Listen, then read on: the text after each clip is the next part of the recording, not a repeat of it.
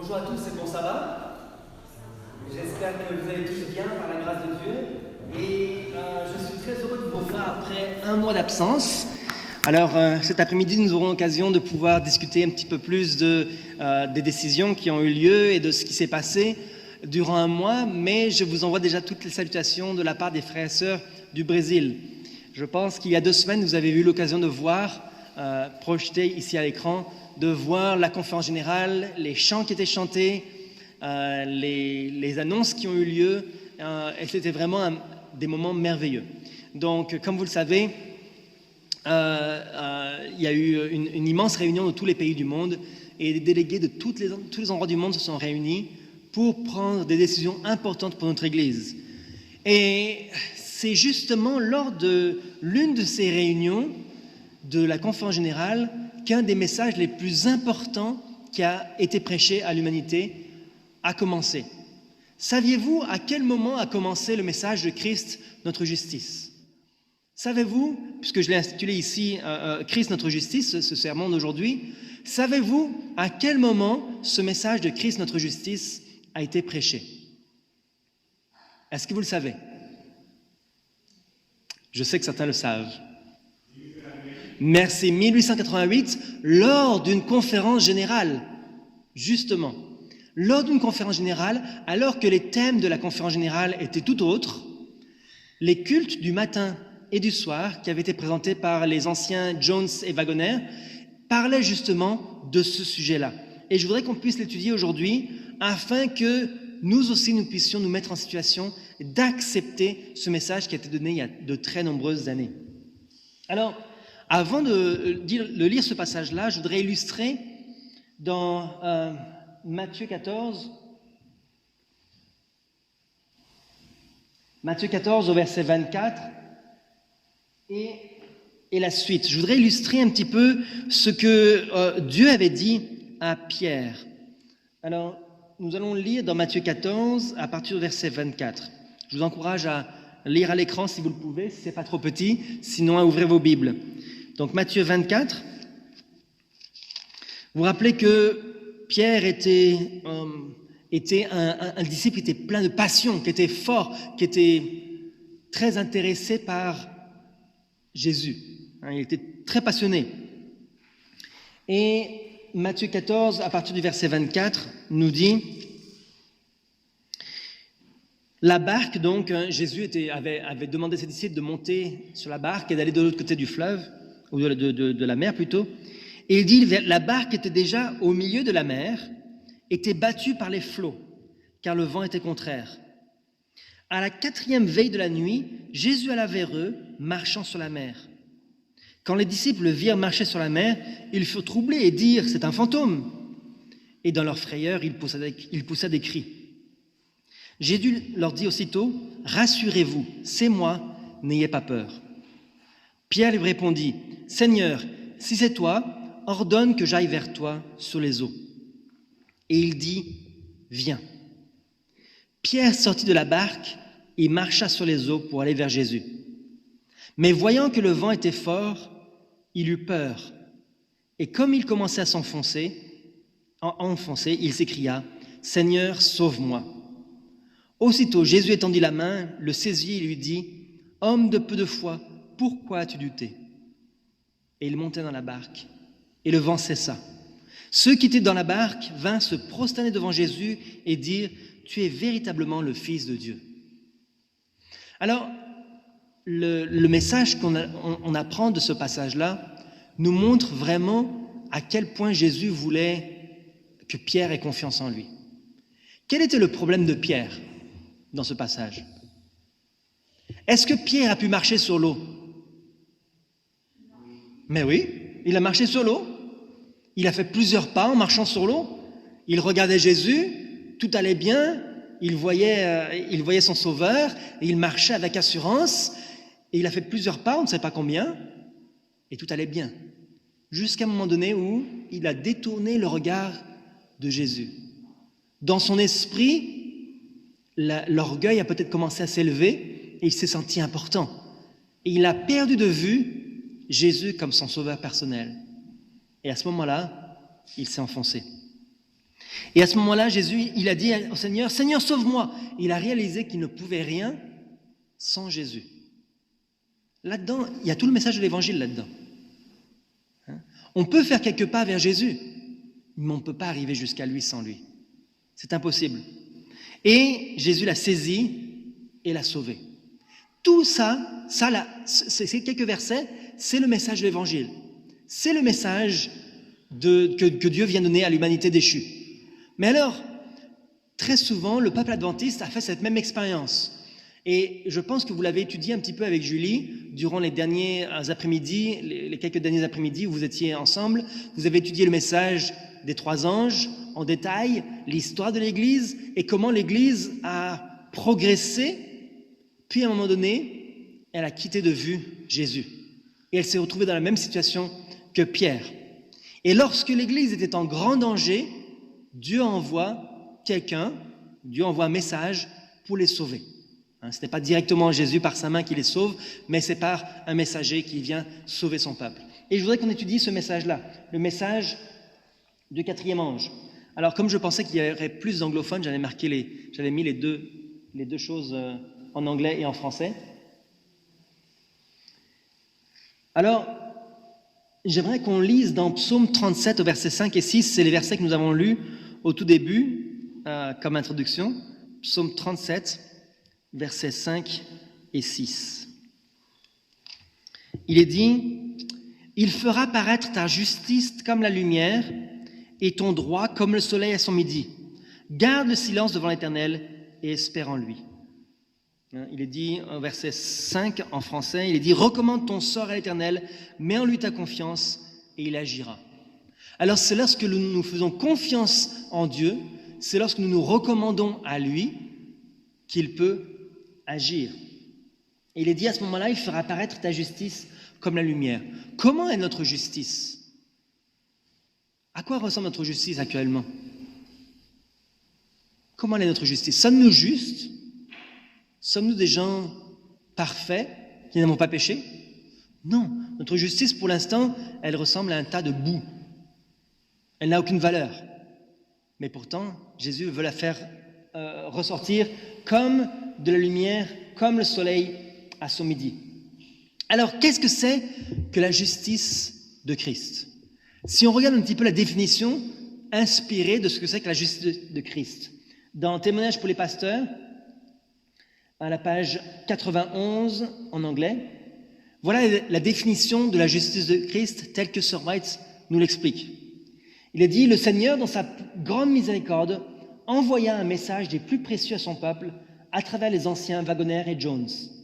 Ce message devait montrer de manière prominente au monde un sauveur élevé, le sacrifice pour les péchés du monde entier. Il présentait la justice par la foi. Il invitait le peuple à recevoir la justice de Christ qui se manifeste dans l'obéissance à tous les commandements de Dieu. Alors là, j'aimerais qu'on s'arrête un petit peu là-dessus pour réfléchir sur ce que cela veut dire, parce que c'est quoi la justice de Christ?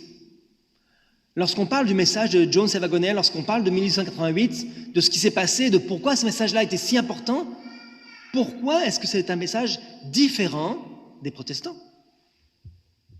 Les protestants prêchent le salut par la foi, n'est-ce pas? Le salut par la foi, par la grâce. Pourquoi est-ce que le message de Jones et Waggoner est différent du message protestant? Pourquoi est-ce que nous ne sommes pas seulement des protestants?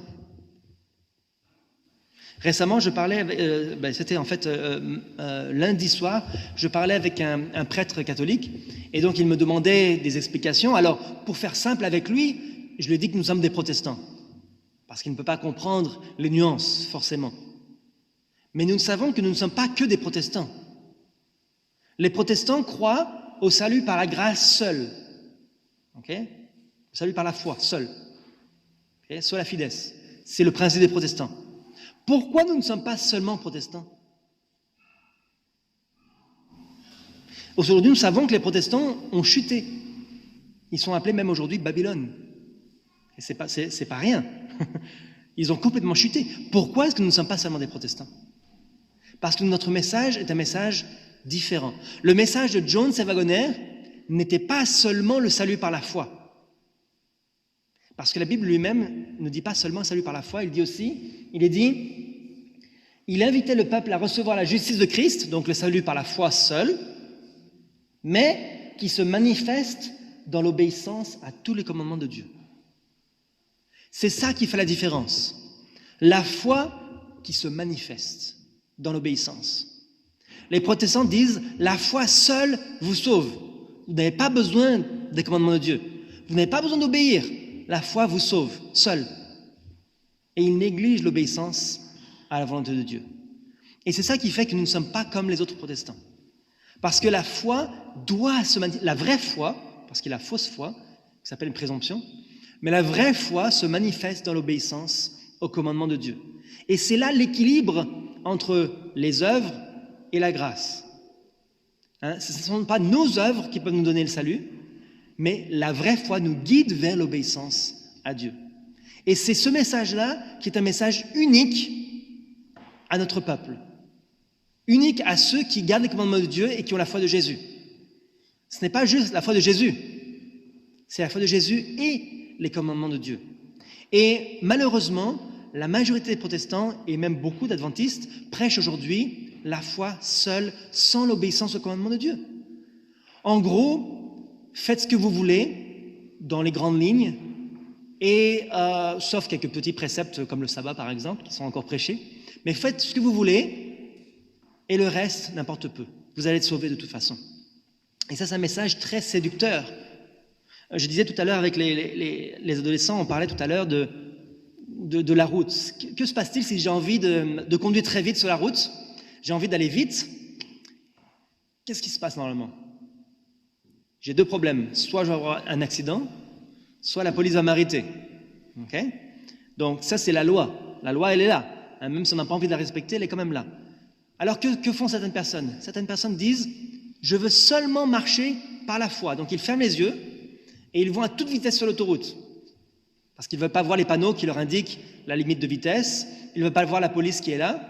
Et ils vont à toute vitesse sur l'autoroute en fermant les yeux. Qu'est-ce qui se passe quand on ferme les yeux? Quand on ne veut pas voir la vérité. Quand on ne veut pas, on veut laisser de côté ce qui nous dérange. Le résultat, c'est quoi? Si je vais à 200 km/h sur l'autoroute en fermant les yeux, qu'est-ce qui se passe?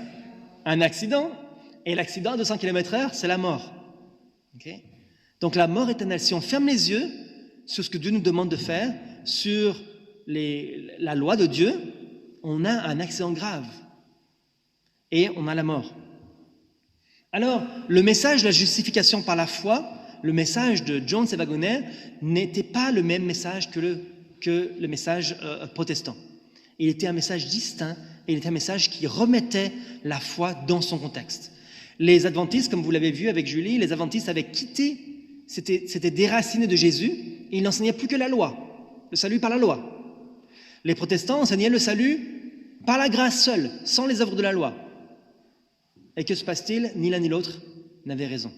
Les uns devenaient pharisiens et les autres devenaient, comment on peut dire, sauvés facilement, le salut facile. Okay? Et Dieu ne veut pas ça.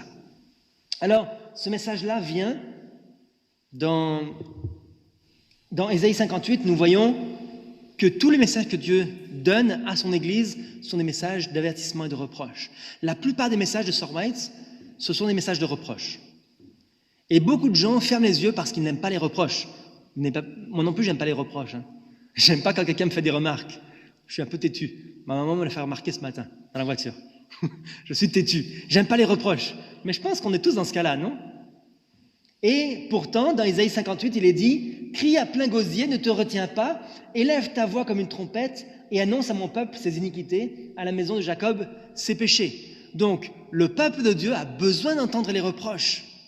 Il a besoin d'entendre les avertissements. Sinon, c'est comme si on fermait les yeux sur l'autoroute et on va échouer. Alors Dieu envoie un message de miséricorde à son peuple.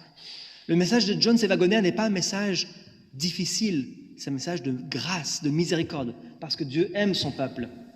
Et alors, de la même manière que dans l'Apocalypse, le peuple était dans la situation de Laodicée, Dieu lui demande d'acheter quelque chose d'elle, de lui.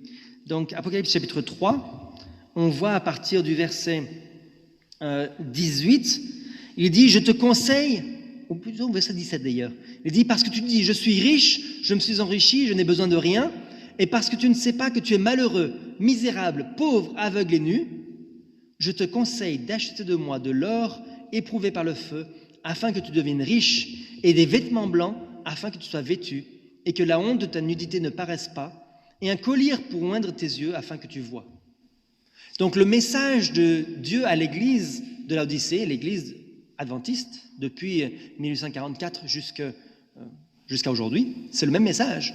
C'est le message de la justification par les mérites de Jésus-Christ. Achetez de lui ce vêtement blanc. Alors,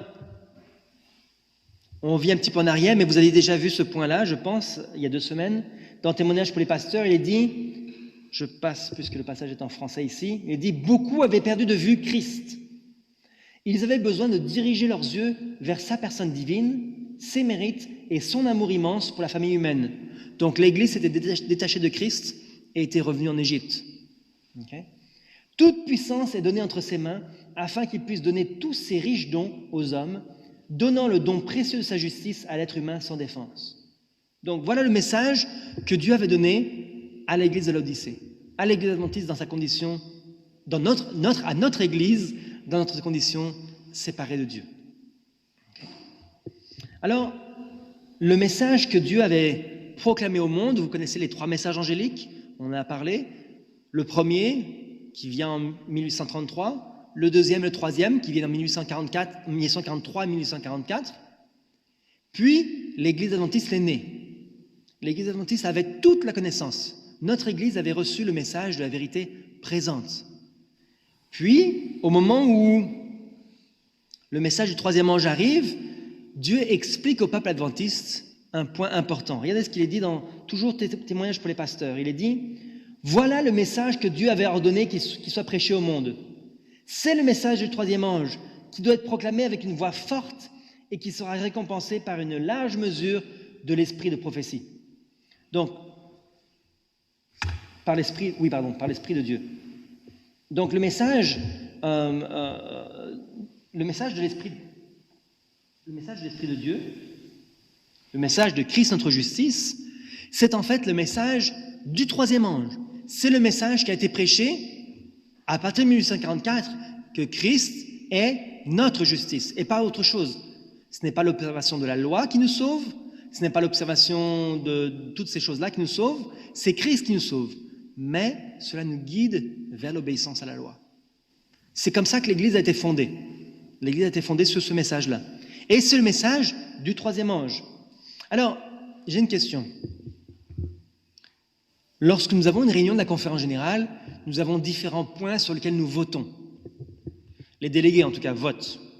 Ils votent sur plein de points doctrinaux et des points des élections et aussi des points plus matériels. Donc on vote sur plein de choses. Mais le message de la justification par la foi, c'est un message qui vient d'où? Il vient de la Bible. Okay? Est-ce qu'on a besoin de voter sur ce message-là? Non. C'est un message biblique. C'est la foi de base. Est-ce qu'on a besoin de voter là-dessus? Mais non. Pourtant, en 1888, et je pense que Julie en a parlé un petit peu, ce qui s'est passé, c'est que les délégués se sont réunis, ils discutaient de plein de choses, mais le matin et le soir, ils parlaient du message de la justification par la foi, de la relation entre les œuvres et la foi. Et cela a débordé, puisqu'il y avait tellement de discussions, cela a débordé dans les discussions de la journée. Et finalement, ils en sont rendus à un vote sur ce point-là. Et donc, on voit que les délégués qui auraient dû accepter ce point-là sans discussion se sont mis à rejeter la justification par la foi telle qu'elle a été présentée, alors que c'était le message du 3e ange. Toujours dans le témoignage pour les pasteurs, alors tout le contexte de tout ce que je vais dire, pratiquement dans le témoignage pour les pasteurs, à la page 93, vous allez lire page 92, 93, 94, vous lirez, c'est tout à propos du message du 4e ange. Donc Sarway dit que le message du 4e ange ou l'autre ange, c'est en fait la répétition du message du 3e ange avec plus de force. Voilà ce qu'elle dit encore. Il dit « Cela a toujours été le but de Satan, d'éclipser Jésus et de guider les hommes à regarder les autres hommes, de faire confiance à l'homme et de s'attendre à recevoir l'aide des hommes. » Donc, regarder les hommes, faire confiance à l'homme et s'attendre à recevoir l'aide des hommes. Ça, c'est le but de Satan. Ça a toujours été le cas. Pendant des années, l'Église a regardé à l'homme et s'est beaucoup reposée sur les hommes, mais elle n'a pas regardé à Christ, en qui tous nos espoirs sont centrés. Par conséquent, Jésus donna à ses serviteurs, John C. Wagoner, un témoignage qui présentait la vérité telle qu'elle est en Jésus, le message du troisième ange, de manière claire et distincte. Le problème, c'est quoi? Le problème, c'est qu'on regarde toujours à l'homme. On a du mal à faire confiance à Dieu. Ce matin, j'ai demandé aux enfants pourquoi est-ce que les gens ne font pas confiance à Dieu? Pourquoi ils ne croient pas en Dieu? Et la réponse qui est sortie de leur bouche, c'était parce qu'ils ne le voient pas. C'est une très bonne réponse, non? Nous-mêmes aussi, nous avons ce problème-là dans l'Église. Nous ne voyons pas Dieu et nous avons tendance à suivre les humains au lieu de faire confiance à Dieu. Alors, c'est quoi le message de l'autre ange? Dans Apocalypse 18, on va lire le verset 1. Apocalypse 18 au verset 1, il est dit « Après cela, je vis descendre du ciel un autre ange qui avait une grande autorité et la terre fut éclairée de sa gloire. » Okay. Donc, l'autre ange vient après les trois premiers, un autre ange arrive et il a une grande autorité et toute la terre est éclairée. Ce qui n'était pas le cas pour le deuxième et le troisième ange. Okay. Donc, ce n'est pas toute la terre qui était éclairée. C'était seulement de manière réduite. Donc l'autre ange, le quatrième ange, vient donner de la force au message des trois anges. Il vient rajouter de la force au message des trois anges. Il vient en fait donner ce qui manquait à l'Église adventiste pour avoir une efficacité dans ce monde. Parce que le message adventiste est puissant, mais l'Église était faible. Et il lui manquait en fait Jésus. Alors, dans Revin Herald, ici je n'ai pas traduit le passage parce que le passage était un petit peu long. Il est dit, il n'existe pas en français alors je vais vous le traduire, il est dit « Le message du troisième ange doit aller de partout sur la terre et réveiller un peuple et appeler leur attention et attirer leur attention sur les commandements de Dieu et sur la foi de Jésus. Un autre ange unit sa voix avec le troisième ange afin que toute la terre soit éclairée de sa gloire. La lumière augmente et elle brille envers toutes les nations ou sur toutes les nations de la terre. Le message doit aller comme une lumière qui brûle. Il doit avoir une grande puissance jusqu'à ce que les rayons lumineux reposent sur chaque langue, sur chaque peuple, sur chaque nation, sur la face de la terre entière. Je vais vous demander, que faites-vous pour préparer cette œuvre? Construisez-vous pour l'éternité? Vous devez vous rappeler que cet ange représente le peuple qui ont ce message à donner au monde. Êtes-vous parmi ce peuple? Croyez-vous réellement que ce travail dans lequel vous êtes engagé est véritablement le message du troisième ange? Si cela est ainsi, alors vous comprenez que vous avez un travail important à faire et que vous devez vous y mettre. Nous devons nous sanctifier nous-mêmes par une stricte obéissance à la vérité, en nous plaçant dans une bonne relation envers Dieu et son œuvre. Donc, les deux points majeurs ici, c'est que l'autre ange vient donner la force au message des trois anges. Donc, il vient rajouter de la force. Ce n'est pas un message différent, ce n'est pas un message nouveau. Il vient juste donner plus de force au message du troisième ange, des messages des trois anges. Et il est dit aussi que cet ange, donc la quatrième, représente quoi? Il représente un peuple. Okay. Donc quel est ce peuple qui donne de la force au message des trois anges, qui vient apporter un soutien au message des trois anges, qui prêche le message des trois anges et qui va faire comme la lumière? Vous savez, comme la lumière, le matin, quand le soleil se lève, qu'est-ce que fait le soleil le matin? Le matin, ce matin, si vous êtes réveillé, on s'est réveillé avant le lever du soleil. Donc, que fait le soleil le matin? D'abord, on ne le voit pas. On voit une petite lueur. Puis ensuite, le soleil se lève, les rayons petit à petit commencent à monter, la lumière est toute petite, puis elle grandit jusqu'à ce que le soleil soit à midi et que la lumière remplisse toute la terre. Okay? Donc, de cette même manière, le peuple de Dieu, ceux qui seront fidèles et qui porteront ce message, le peuple qui est représenté par le message du quatrième ange, prêchera le message avec au début peu de force, puis le message ira en augmentant et la force ira en augmentant aussi. C'est important de comprendre que ce quatrième ange ne représente pas une personne, mais représente un peuple. Tous les autres messages jusqu'à présent, le premier ange, deuxième ange, troisième ange, c'était un être humain qui avait commencé ce message-là. William Miller, le premier ange, James White et tous les autres pionniers qui avaient prêché les messages-là, c'était des individus, on pouvait les nommer, ces gens-là, ces pionniers. Mais le message du quatrième ange, c'est un peuple qui prêche un message différent. Alors, le passage continue, il est dit, « Certains m'ont demandé, le message de la justification par la foi est-il le message du troisième ange ?» Et je leur ai répondu, « C'est le message du troisième ange en vérité. » Le prophète a déclaré, et là c'est le verset d'Apocalypse 18, « Après cela, je vis un autre ange qui descendait du ciel. » La lumière, la gloire et la puissance est reliée au message du troisième ange.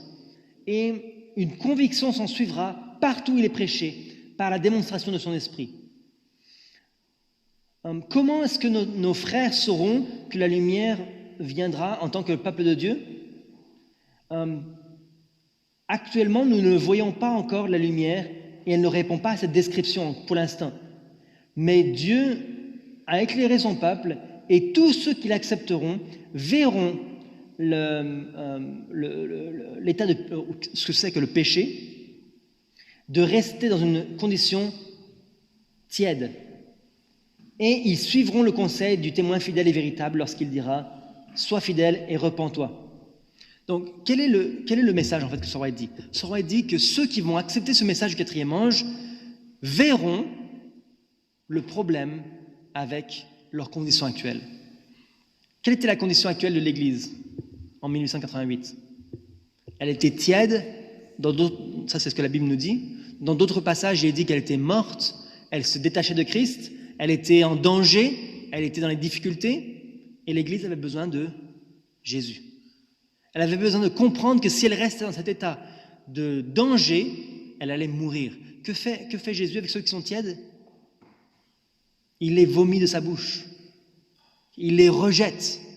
Donc ceux qui ne comprennent pas le message des trois anges, ceux qui ne comprennent pas l'intérêt de se saisir de Christ comme notre justice, seront rejetés de manière certaine. Et pour finir, il est dit, l'Église de Dieu doit briller comme une lumière dans le monde, mais Jésus est l'origine de cette lumière. C'est, en anglais, l'illuminateur. C'est celui qui donne la lumière. C'est Jésus, c'est pas l'Église. Quelle est la force de l'Église ? C'est Jésus. C'est pas l'Église. Quelle est la force ne vient pas de nous. Il est dit, et il est représenté comme se déplaçant parmi son peuple. Personne ne brille par sa propre lumière. Le Seigneur de Tout-Puissant et l'agneau est la lumière. Le message qui nous a été donné par A.T. Jones et E.J. Wagner, c'est le message de Dieu pour l'Église de Laodicée. Et malédiction à quiconque professe croire à la vérité et cependant ne réfléchit pas à d'autres la lumière que Dieu lui a donnée. Donc si nous voulons suivre le message, la volonté de Dieu, nous devons nous attarder à lire les écrits de Jones et Wagner. C'est le message que Dieu a envoyé pour que son Église puisse progresser, pour que son Église puisse sortir de l'état de Laodicée et qu'elle soit approuvée par Dieu, qu'elle soit bouillante pour le Seigneur. C'est ce message-là de Christ notre justice. Et ce message-là, à nouveau, c'était le salut par la foi qui nous guide vers l'obéissance à Dieu. Et donc donner un message de l'Évangile qui est trop faible, qui serait que vous êtes sauvés juste par les œuvres, par la grâce, ça ne fonctionne pas. Ce n'est pas suffisant. Et ça, c'est la direction dans laquelle beaucoup se dirigent. C'est un message facile, c'est un message agréable à entendre. Vous êtes sauvés juste par Jésus. Acceptez juste Jésus et c'est bon, vous êtes sauvés. Okay. Et on ne prêche plus l'obéissance au commandement de Dieu. alors que l'obéissance est nécessaire. Elle découle d'une vraie foi. Mais on ne doit pas mettre les choses à l'envers non plus. On ne doit pas mettre l'obéissance au-dessus de la foi. Ce n'est pas par l'obéissance qu'on acquiert la foi. Okay? On se comprend, n'est-ce pas? Alors, qu'est-ce que c'est que la foi? La vraie foi. Selon John C. Waggoner, selon la Bible et selon Dieu. La vraie foi, dans Hébreux 11, verset 1, c'est affiché ici. Il est dit, « Or, la foi... » Vous connaissez ce verset? La foi est une ferme assurance des choses qu'on espère, une démonstration de celles que l'on ne voit pas. Donc, qu'est-ce que c'est que la vraie foi? La foi, c'est faire confiance. Faire confiance en Dieu dans tout ce qu'il nous dit. Mais quelle est la différence entre foi et présomption? Par exemple, je connais l'histoire d'une sœur. Il y avait une sœur qui doutait un petit peu de ce verset-là. Vous savez, le verset qui dit que nous devons avoir la foi qui déplace les montagnes. Okay? Et on avait une sœur qui doutait un petit peu de cela. Alors elle disait, je vais tester Dieu. Elle s'est agenouillée devant sa fenêtre. Et elle s'est agenouillée et elle a prié de toutes ses forces pour que Dieu fasse bouger la montagne qui était devant sa fenêtre. Il y avait une montagne. Pour que Dieu la fasse bouger de l'autre côté. Et elle priait de toutes ses forces.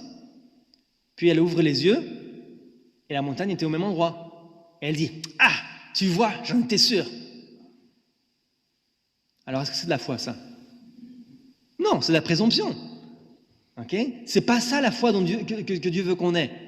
Okay? La foi, c'est pas nous qui devons prendre Dieu et exiger qu'il nous donne les choses que nous demandons. C'est pas ça la foi. La foi, c'est nous qui devons faire confiance à Dieu dans tout ce qu'il nous demande. C'est pas Dieu qui s'abaisse à nous, c'est nous qui nous élevons vers Dieu.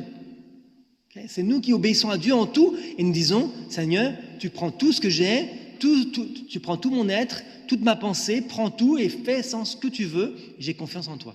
Ça, c'est la foi. Okay? Ce n'est pas une manière d'obtenir des choses que nous voulons. Ça, c'est de la présomption, c'est de l'arrogance même. Alors, sans la foi, il est dit, dans Hébreux 11, toujours verset 6, il est dit, sans la foi, il est impossible de lui être agréable, car il faut que celui qui s'approche de Dieu croit que Dieu existe et qu'il est le rémunérateur de ceux qui le recherchent, qui le cherchent. Donc, la foi, c'est pas seulement croire en Dieu, c'est aussi croire que Dieu nous donne ce que nous méritons. Okay? De faire confiance à Dieu dans ce qu'il nous promet. Par exemple, Satan croit en Dieu, n'est-ce pas? Il croit que Dieu existe. Mais ce n'est pas suffisant cette foi-là. Ce n'est pas une foi qu'il sauve, parce qu'il ne croit pas au salut que Dieu offre. Okay? Il rejette le salut que Dieu lui offre. Pour un bon équilibre mental et spirituel, il dit, il faut enseigner la foi, une foi salvatrice. C'est le mouvement de l'âme par lequel l'homme tout entier s'abandonne à la garde et à l'autorité de Jésus-Christ. L'homme demeure dans le Christ et par la foi, le Christ règne en maître sur l'âme. Le croyant livre son âme et son corps à Dieu et peut dire avec confiance, je suis persuadé qu'il a la puissance de garder mon dépôt jusqu'à ce jour-là. Tous ceux qui le feront seront sauvés pour la vie éternelle. Ils auront l'assurance que leur âme est lavée dans le sang du Christ, revêtue de sa justice et qu'elle est précieuse aux yeux de Jésus. Donc lorsque l'on fait confiance à Dieu, notre personne est changée, elle est différente. On se confie en Dieu pour toutes les choses de notre vie. Okay? Quand il nous dit de faire quelque chose, par exemple, il nous dit d'abandonner l'usage de la viande. Okay? Qu'est-ce qu'on fait? On lui soumet toutes ces choses. On lui dit, nous sommes incapables de faire ces choses-là. L'homme est incapable de faire cela par lui-même. Okay? On peut avoir on peut faire un pas envers Dieu, comme dans l'histoire de Pierre, vous vous rappelez? On peut faire 2-3 pas envers Dieu. Mais dès qu'on perd de vue Jésus, on chute à nouveau. Et ça, c'est pas ça la vie du chrétien. La vie du chrétien n'est pas des hauts, des bas, des hauts et des bas. On regarde Jésus, puis ensuite on se détourne, et on regarde Jésus, on se détourne. C'est pas ça la vie du chrétien. La vie du chrétien, elle est censée monter chaque jour jusqu'au ciel. Et la vie du chrétien, c'est beaucoup plus que quand je regarde Jésus, tout va bien, et quand je me détourne de lui, tout va mal. Au contraire, c'est soumettre à lui tous nos désirs, nos pensées, nos émotions, nos buts dans la vie, et dire, Seigneur, prends tout ça et règle tous mes problèmes. parce que moi, je ne peux rien faire. Et Jésus nous donne sa justice. Il nous donne sa force. Il nous donne le collier pour qu'on puisse voir. Il nous donne l'or éprouvé par le feu, qui est la richesse que nous pouvons avoir, qui passe par les épreuves. Et il nous donne son vêtement qui fait que nous sommes justes. Nous ne sommes pas justifiés si nous sommes en train de transgresser sa loi. C'est impossible. La transgression de la loi ne va pas avec la justice. Okay? Nous devons arrêter de pécher. Et pour ça, nous en sommes incapables. C'est pour ça que par la foi, nous devons faire confiance à Dieu qui puisse ôter tous nos péchés. La foi est le résultat naturel de la vie du chrétien. Donc lorsque l'on marche avec Dieu et qu'on lui fait confiance, notre confiance en lui augmente et augmente à chaque pas qu'on fait avec lui. Et donc Pierre, au lieu de détourner les yeux de Jésus en se regardant lui-même, en disant « Oh, tu vois, je suis fort, je suis capable de marcher sur l'eau », en regardant les autres disciples derrière lui, en disant « Vous voyez ce que je peux faire ?» S'il avait gardé les yeux sur Jésus, il aurait progressé jusqu'à arriver à la stature de Christ. Et il n'aurait probablement pas chuté lorsque le test est venu. Alors, dans Habacuc 2, verset 4, il est dit « Voici son âme s'est enflée, elle n'est pas droite en lui, mais le juste vivra par sa foi. » Donc, comment nous pouvons vivre par notre foi? Comment est-ce que nous sommes sauvés? Si notre âme s'enfle en nous, si notre orgueil se développe en disant « nous sommes capables », eh bien nous allons chuter. Mais si par contre nous disons « j'ai la foi de Jésus en moi », qui fait que je marche avec lui, lorsqu'il me dit de marcher, j'avance, lorsqu'il me dit de reculer, je recule, à droite, je vais à droite, lorsqu'il me dit à gauche, je vais à gauche, ça c'est la foi qui agit, c'est la foi qui se transforme en action. Okay? C'est pas moi qui fais les actions, c'est Dieu qui me dit « fais ça » et je le fais. Ça, c'est la foi telle qu'elle est décrite dans la Bible. Dans Message choisi, volume 1, page 429, il est dit « Hors de la grâce du Christ, le pécheur est dans un état désespéré. Rien ne peut être fait pour lui. Mais la grâce divine communique à l'homme une puissance surnaturelle, donc qui n'est pas de nous. Surnaturelle, ça veut dire qui n'est pas de notre nature. Elle agit sur l'esprit, le cœur et le caractère. C'est la communication de la grâce du Christ qui fait discerner la nature odieuse du péché et l'expulse finalement du temple de l'âme. C'est la foi qui nous introduit dans l'intimité du Christ et nous associe à lui dans l'œuvre du salut. La foi est la condition à laquelle Dieu a jugé pouvoir promettre le pardon aux pécheurs. Non que la foi soit mentionnée par elle-même, mais parce qu'elle saisit les mérites du Christ, le remède indiqué contre le péché. La foi peut offrir l'obéissance parfaite du Christ à la place de la transgression et de la défection du pécheur. Dès qu'un pécheur accepte le Christ comme son sauveur personnel, Dieu pardonne ses péchés et le justifie gratuitement, conformément à ses promesses infaillibles. L'âme repentante comprend que sa justification lui vient du Christ, son substitut et son garant, qui est mort pour elle et s'est offert comme expiation et justice. Donc souvent les protestants prennent une seule partie de ce message-là. Ils prennent la partie de la justification. Je pêche, je prie, je suis pardonné, tout va bien, je suis juste. Mais il est dit Dieu prend, il veut que nous ayons la haine du péché et que nous nous associons avec lui pour l'œuvre du salut. Il est dit, nous discernons la nature odieuse du péché et elle l'expulse finalement du temple de l'âme. Donc la justification par la foi, le message de John C. Wagoner, c'était un message qui allait enlever les péchés de notre cœur. Vous savez que, je l'avais déjà mentionné lors d'un autre sermon un peu plus tôt, vous savez que nous allons devoir nous tenir sans intercesseur devant Dieu. Lorsque Christ déposera ses vêtements de sacrificateur, il arrêtera d'intercéder pour nous, okay, pour ceux qui seront vivants.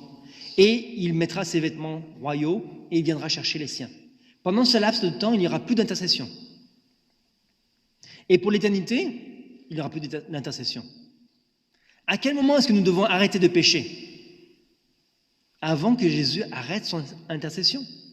Et les messages de John C. Wagoner, qui était le salut par la foi qui conduit à l'obéissance parfaite, étaient là pour justifier et pour rendre parfaits ceux qui voulaient le suivre.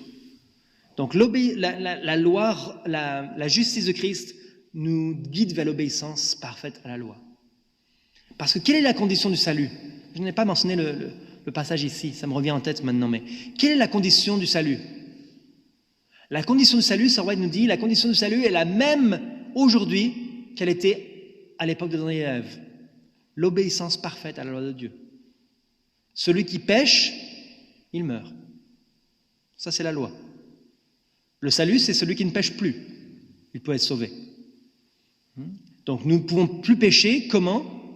Par la foi. Par Christ qui vient nous donner ce pardon et cette sanctification pour que nous ne péchons plus. Et ça, malheureusement, beaucoup de gens ignorent. Ils veulent ignorer la vérité. Ils ne veulent plus regarder la loi. Ils ne veulent plus regarder les panneaux sur la route qui disent qu'il faut rouler à 100 km/h et ils veulent rouler à 200 km/h. Ils ferment les yeux sur la volonté de Dieu. Ils ferment les yeux sur la loi de Dieu qui indique comment être sauvé. Et ils disent, le ciel c'est par là-bas, donc je fonce sans regarder où je vais. Et malheureusement, ils échouent. Et c'est un accident mortel. Dans Matthieu 9, au verset 2, il est dit, « Et voici, on lui amena un paralytique couché sur un lit. Jésus, voyant leur foi, dit au paralytique, « Prends courage, mon enfant, tes péchés te sont pardonnés. » J'ai une question. De la foi de qui est-ce qu'on parle ici? La foi de qui? Regardez ce qui est écrit ici. Jésus, voyant leur foi. La foi de qui? C'est au pluriel, n'est-ce pas? Dans quel passage, dans quel contexte est-ce que c'est ce verset? Vous vous rappelez le paralytique? La maison était pleine de monde qui voulait voir Jésus. Et le paralytique avait des amis qui sont venus sur le toit de la maison, qui ont porté le paralytique jusque sur le toit. Ça ne devait pas être facile. Et ensuite, qui ont ouvert le toit et qui ont fait descendre le paralytique. Et Jésus a dit, voyant leur foi aux amis, a pardonné au paralytique. C'était une foi qui était manifeste dans les actions. Les amis du paralytique croyaient que Jésus est celui qui ôte les péchés. Jésus est celui qui ôte les péchés du cœur. Et c'est par leur foi que le paralytique a été guéri. C'est par notre foi que nous pouvons être guéris. Si nous croyons que Jésus peut ôter le mal dans notre cœur. Ce n'est pas juste une amélioration de notre cœur. Jésus veut un cœur nouveau en nous. Il est dit dans Apocalypse 2, verset 10, « Ne crains pas ce que tu vas souffrir. Voici le diable jettera quelques-uns de vous en prison, afin que vous soyez éprouvés, et vous aurez une tribulation de 10 jours. Sois fidèle jusqu'à la mort, et je te donnerai la couronne de vie. » Donc, les épreuves et les tribulations que nous aurons certains l'auront plus que d'autres, mais si nous sommes fidèles jusqu'à la vie, nous aurons la couronne de vie. Qu'est-ce que ça veut dire la fidélité? C'est quoi être fidèle?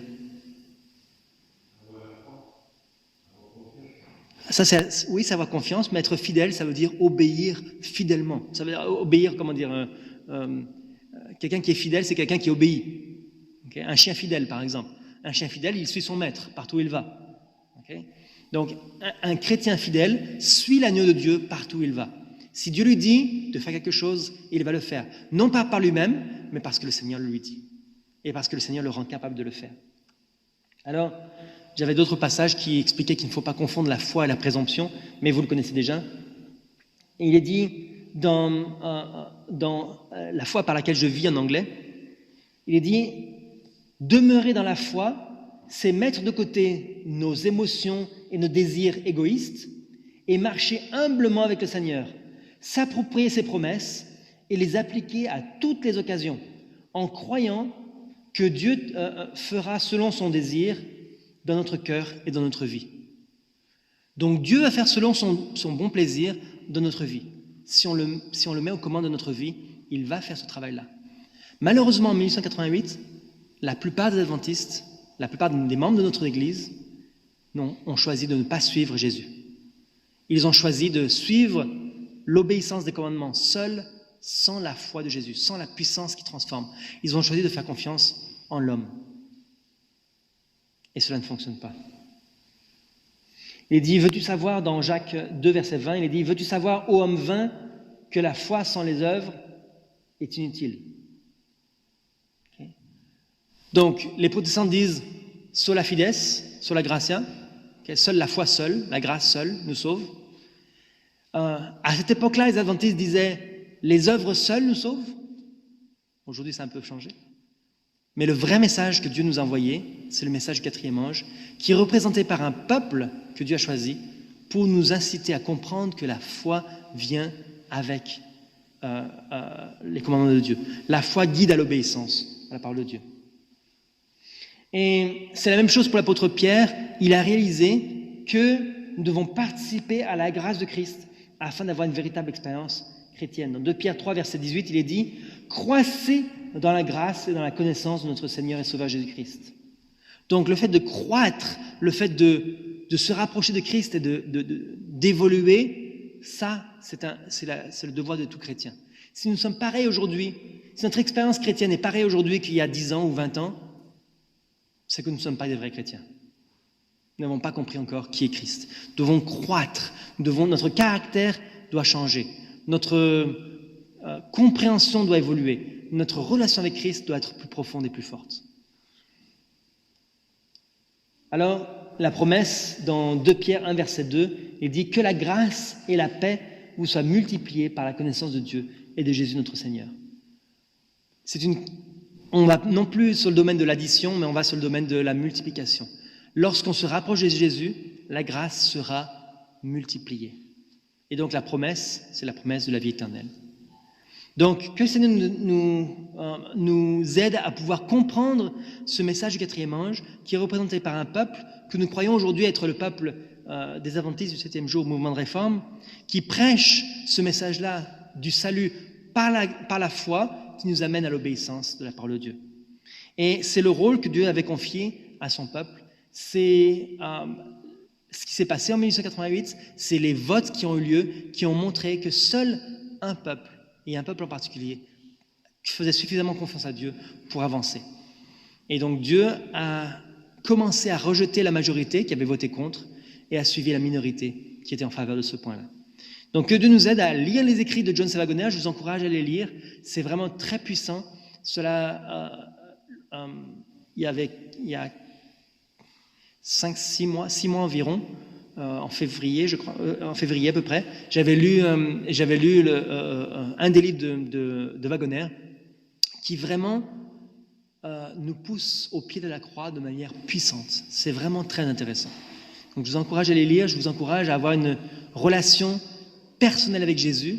Et vous allez voir que si vous avez une relation personnelle avec Jésus, les œuvres ne seront pas difficiles. Comme Jésus disait, mon joug n'est pas difficile, il est léger mon joug. Okay? Vous pouvez faire confiance à Jésus et il va vous conduire sur la bonne voie. Donc c'est mon vœu et ma prière pour chacun d'entre nous. Amen.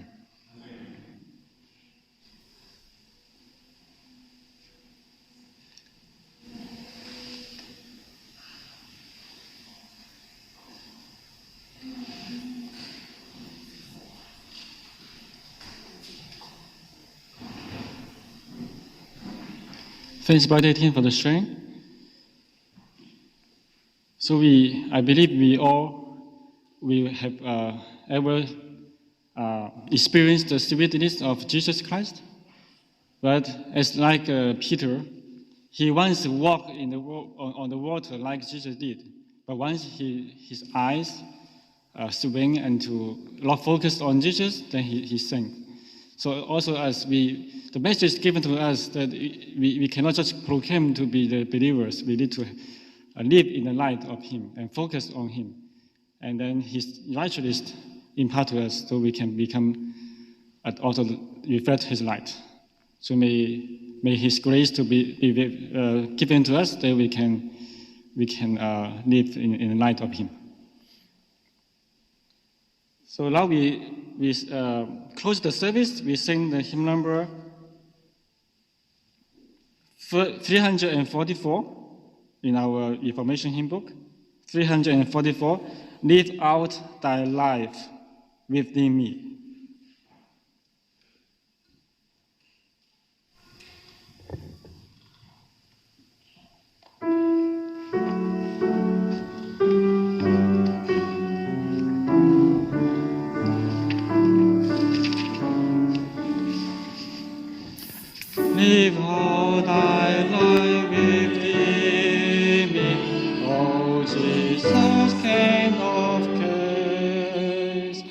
Without thy Son, answer to all my questions. Live out thy life within me, in all things bear thy way. By the transparent medium, thy glory to display. The temple has been yielded and purified of sin. Let thy Shekinah glory now shine forth from within, and all the earth keep silence. The body henceforth be thy silent, gentle servant, move lowly as by thee. Its members every moment bow subject to the call, ready to have the earth and nor not be used at all. Hell without restless longing, no strength of friend, or chafing and thy dealings, or thoughts of vain regret. But restful, calm, and quiet from man and be as free. Awake in thy decision when thou hast need of me. Live on thy life within me, O Jesus, King of kings. Be thou the glorious answer to all my questionings.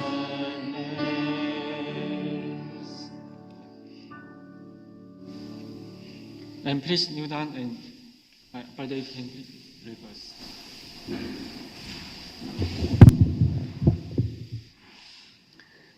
Notre bon Père Céleste, Dieu du ciel, miséricordieux et compatissant, Seigneur, nous voulons te remercier infiniment pour le sacrifice de Jésus-Christ qui est venu mourir sur la croix du Calvaire pour nous sauver de nos péchés, pour pardonner nos péchés passés, mais aussi pour nous donner la force de pouvoir résister au mal et pour pouvoir vaincre le diable et Satan. Seigneur, nous voulons te demander que tu puisses venir à notre aide afin que, dans notre faiblesse, nous puissions comprendre le moyen du salut et que nous puissions sortir de les ténèbres du péché et de l'aveuglement de Satan qui veut nous faire croire en l'homme et en l'homme seulement. Aide-nous, Seigneur, à pouvoir te faire confiance à chaque instant. Aide-nous à pouvoir tout mettre entre tes mains et à déposer notre faiblesse dans les bras de Jésus et à prendre sur nous la justice qu'il nous offre. Seigneur, nous te demandons que tu puisses nous aider en tant que peuple à pouvoir prêcher et vivre ce message-là. Aide-nous à ne pas seulement en parler, mais à en parler de manière expérimentale. Aide-nous à pouvoir véritablement te faire confiance dans chaque domaine de la vie.